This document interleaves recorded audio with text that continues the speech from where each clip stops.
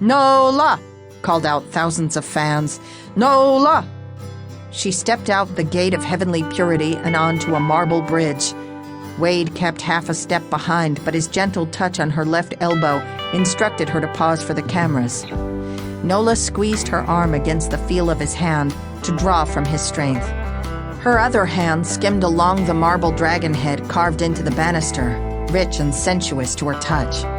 For a wild instant, she thought of jumping onto the sleek banister and sliding down, her arms and legs stretched out in abandon. "Whoopee!" she'd call out and slide right into the loving arms of these people. "Nola! Nola!" Around her, marble balustrades glistened in the moonlight glow that poured from concealed light panels, also a part of the set. Smiling at the popping flashbulbs and the miniature green tally lights of the live TV cameras, she adjusted the chiffon shawl of her dress so its blue beaded edges would sparkle. She savored the excited faces and clapping hands. This was where she belonged, what she had worked for so long. The bridge curved onto a red carpeted path through the crowd. Policemen formed human chains to keep people back. There had never been this many. Nola flinched at the sight of her own security men shoving admirers and reporters away, but like gushing water, people rushed back to close in behind her as soon as her staff moved on. This too was orchestrated. The limousine could have whisked her away through the back gate instead of parking 70 feet away, but Wade knew to exploit every photo op, and she was grateful for it. The small young woman moved so fast that Nola had no chance to comprehend what was going on. The woman, with cropped black hair, burst from the crowd, ferreted under the arms of the policeman, and thrust a bundle against Nola's chest. Someone yelled, "A bomb!" But instinctively, even before Nola's mind could register what her arms did, she grabbed it. She was still absorbing the impact when the wriggling confirmed what some part of her already knew.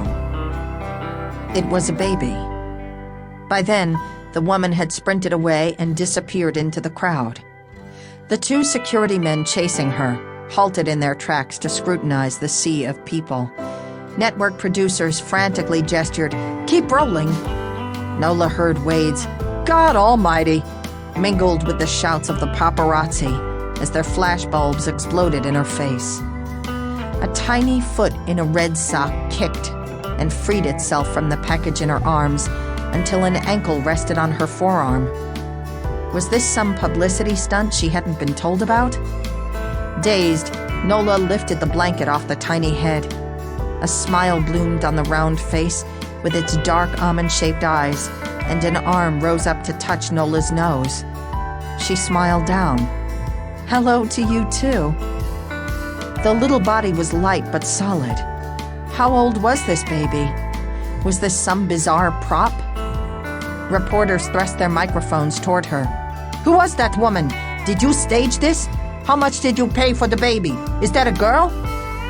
In an instant, all sights and sounds around Nola receded, leaving behind this incredible surprise. The moment was incomprehensible, yet there was an order to the chaos, as though this event were written in a script she hadn't yet read. She gazed down at the little face, at the eyes so wide and trusting, and the word that ran through her head, illogical, implausible, capricious, was mine. Photographers pushed closer to Nola, their cameras closing in on her. Excited clucking rose from the crowd. Shouts from network reporters drowned out one another. Nola scanned the crowd as the security staff shoved them away.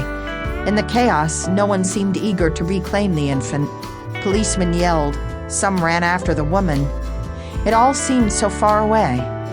The bubble of calm that enveloped her and the baby shimmered with bliss, pushing away her ache over Wade, her parents, and her sister.